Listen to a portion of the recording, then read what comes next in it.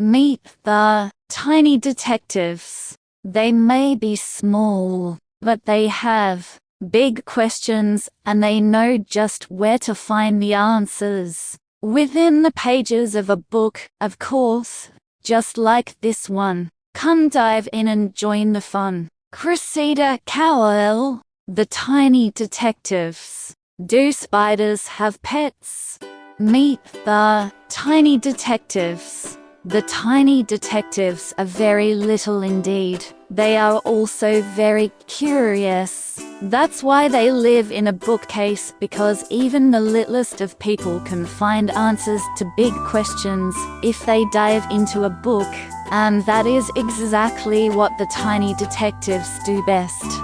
One sunny day before lunch, Boa asked a big question. Beetle was wondering, do animals ever have pets?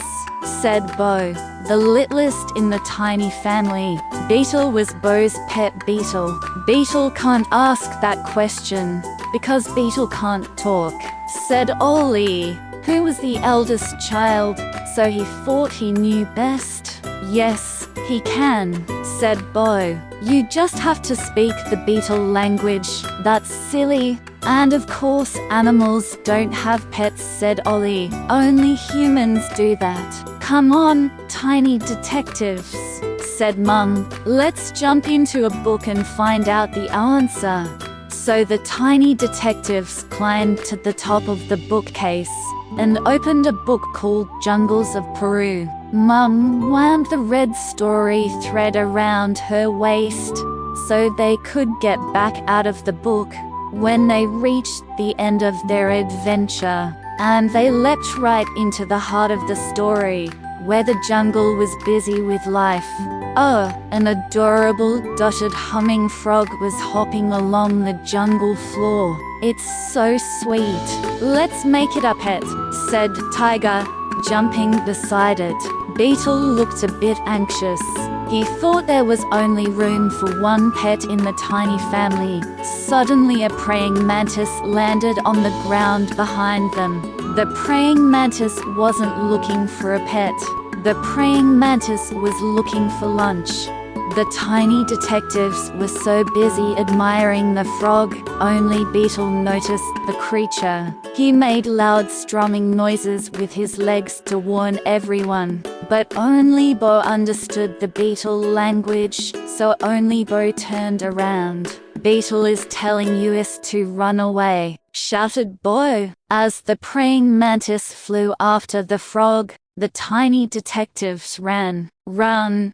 The frog hopped away towards a hole in a tree, where 1, 2, 3, 4, 5, 6, 7, 8 hairy legs were coming out, one at a time. A huge tarantula spider stood in front of the tree hole, like a great big bodyguard. The tiny frog hopped underneath it.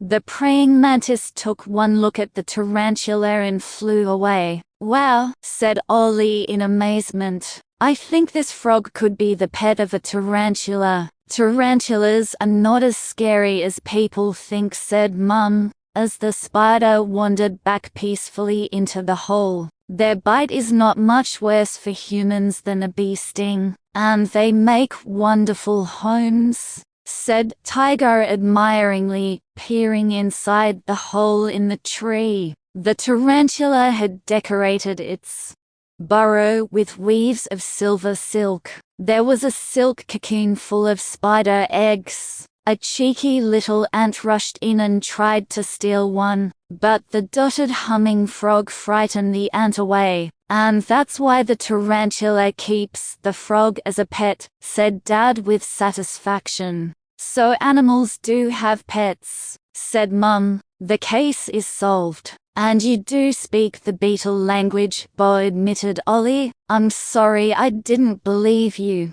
Mum gave 3 big tugs on the red story thread, and the tiny detectives were pulled up through the leafy pages of the jungle, and into the lunchtime heat of their very own bookcase. It's a shame we couldn't take the dear little frog home with us, said Tiger sadly. Beetle rustled his legs, but only Bo could understand what Beetle was saying. He was very glad the frog had stayed in the jungle. There was only room for one pet in the tiny family.